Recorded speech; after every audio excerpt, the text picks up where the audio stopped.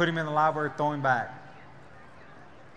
At that point, most of them stick the measuring board back down in the top of the box. Well, that takes about a minute to do that.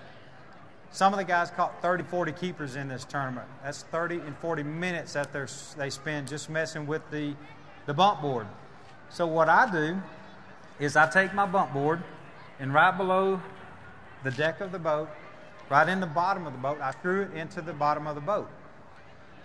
Two things. Number one, if you've ever seen the Bassmaster Classic a long time ago in the James River, there's a guy named Jim Bitter who's a good fisherman. He lost the Bassmaster Classic by 2 ounces because he had his bump board sitting right here on the side of the boat. He caught a keeper.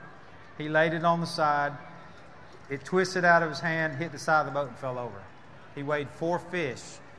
I put the bump board in the bottom of the boat. The fish can't jump out, and you know where it is. It's always there.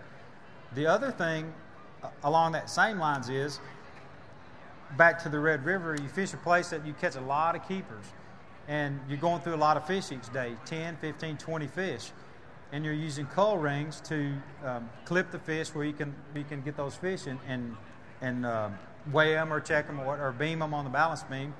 Is in the bottom of my boat, right next to where my cull board is, I have a little holder that holds the 5 culling rings in there. So what that allows me to do, the first fish that I would catch, if you get him in the boat, I reel him in, I measure him down in the bottom of the boat, and he's a keeper. So instead of having to get up, open up one of my boxes, get my cull rings out, they're right there by the bump board, I can just measure him, grab the float, clip him, turn around and put him in the live well. It's super easy and it's super fast.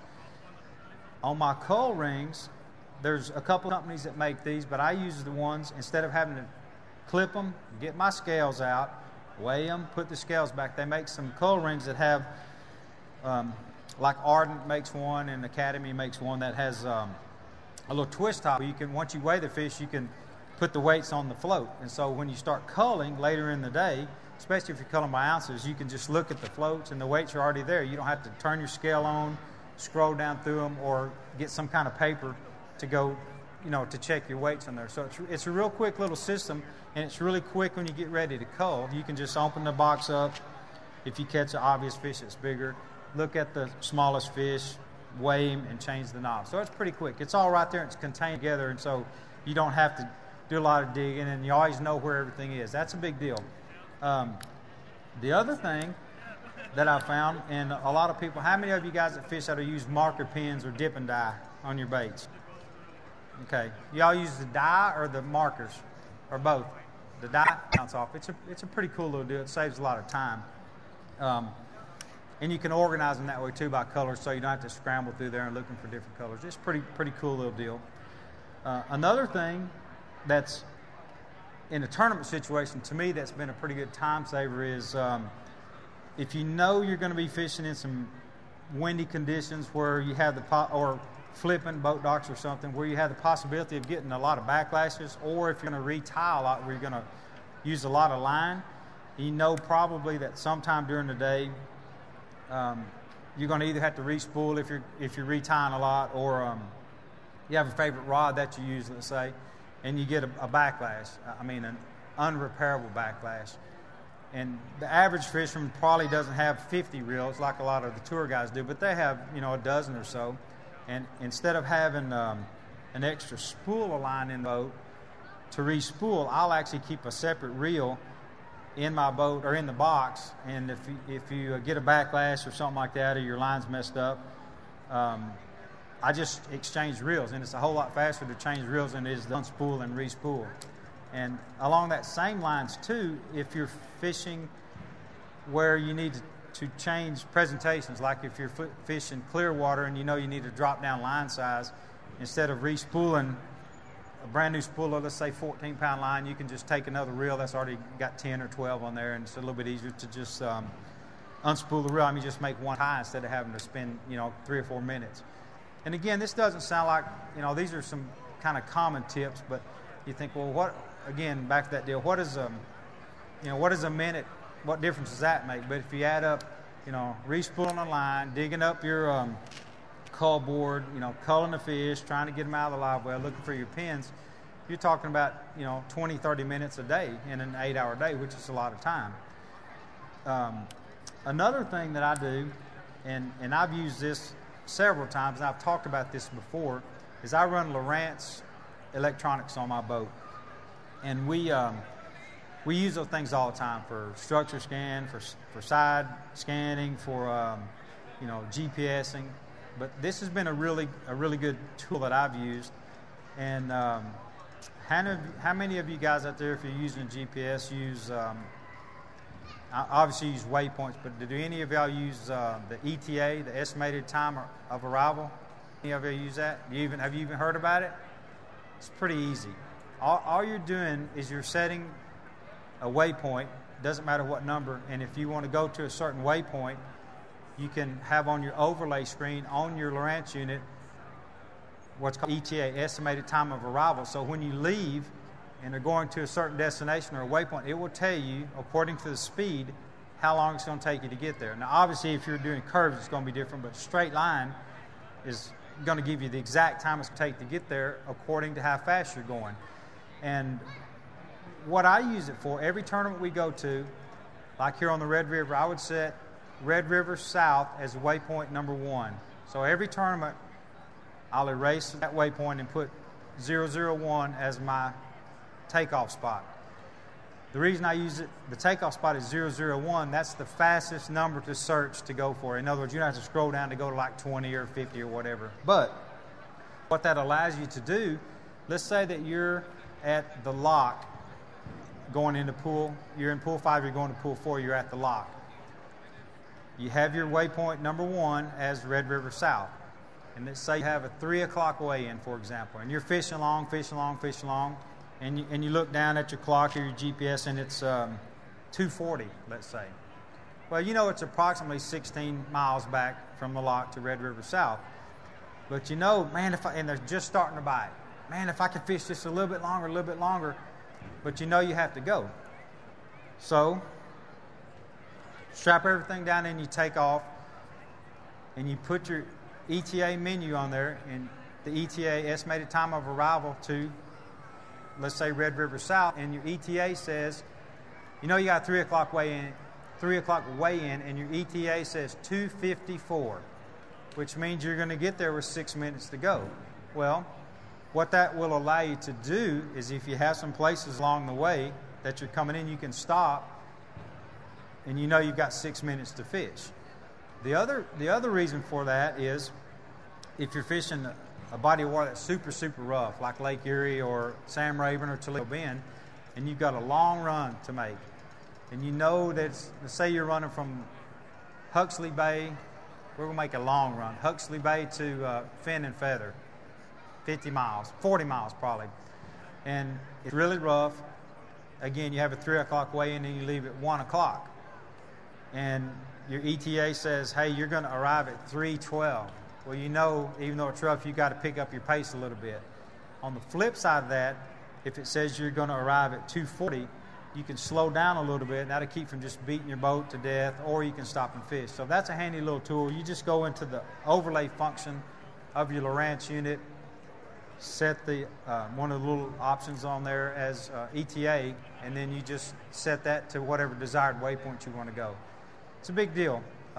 I did that the first time I ever used it. It was on Beaver Lake, and I was going to weigh in, and the ETA said I had 2 minutes to spare, so to speak, and I stopped, and I knew I had time to make just one cast, and I made one cast, caught a real nice fish, culled a small fish, and it was a $10,000 cast. So that's a big deal. That's back to that one cast thing.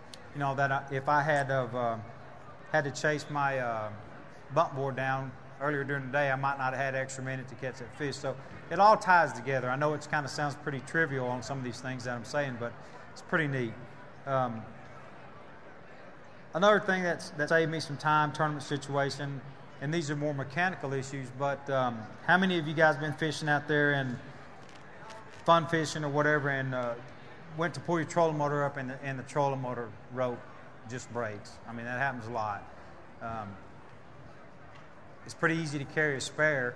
You need to, before you go out on the water, I would advise this anyway, just to take some time to see how your trolling motor rope goes inside and fastens up. Because if that thing breaks out on the water and you don't know how to fix it or run a new rope in there, it could take you forever, or you might not even be able to get it in at all. For a weekend fisherman, it can be frustrating if you only get to fish one day a week or one day a month or once a year, and you go out there and your trolling motor rope breaks and you don't know how to repair it or don't have a spare. So that's a simple deal. I think it costs about $2 to get a rope. I mean, you could even use, some kind of rope to fix it. So that's something maintenance-wise, but it's more of a time-saving device to know your equipment, where if something would break along that lines, that you could fix it up.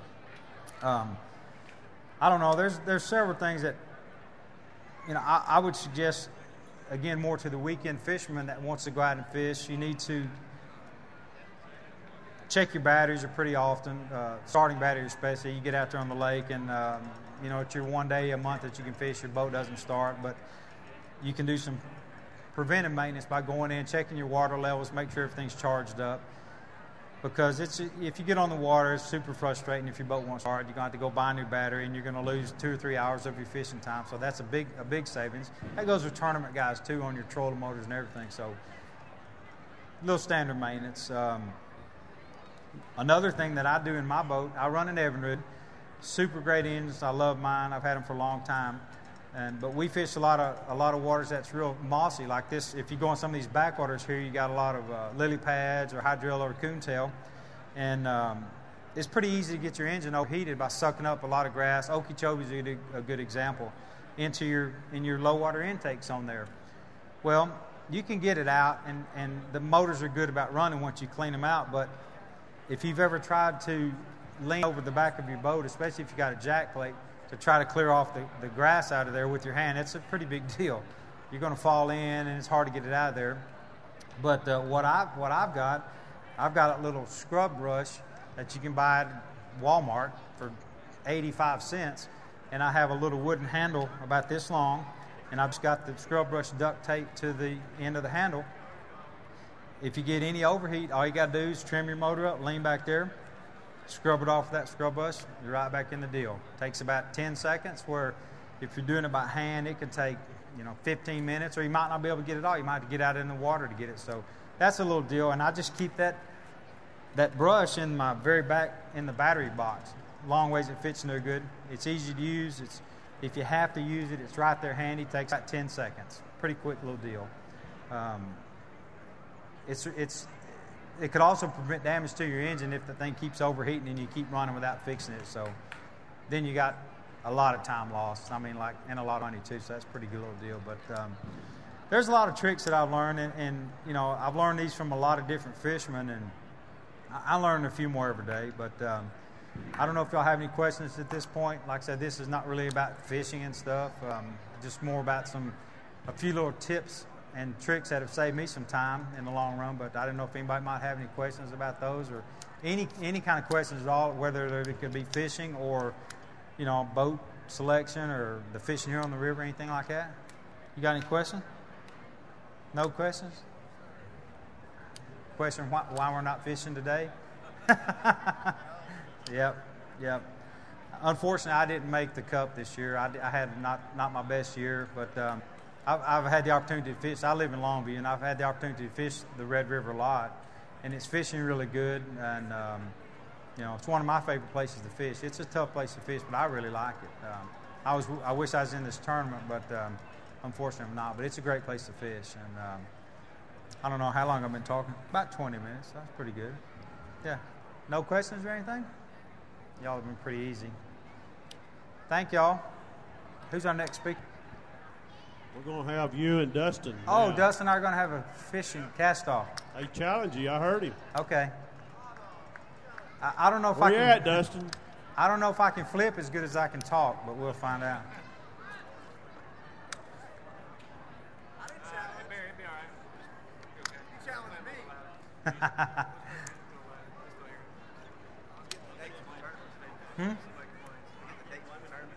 You did? Oh.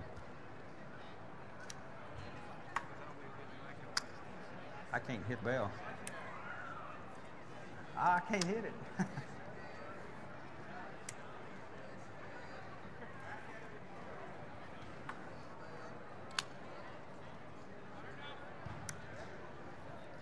can't hit the bell.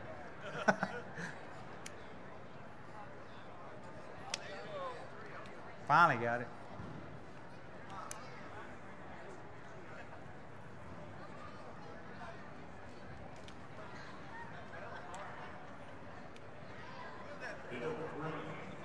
Bill Green from Benton, Louisiana.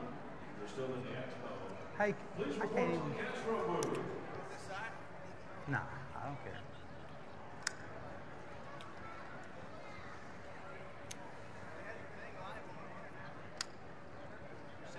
I'm still live. I'm still talking.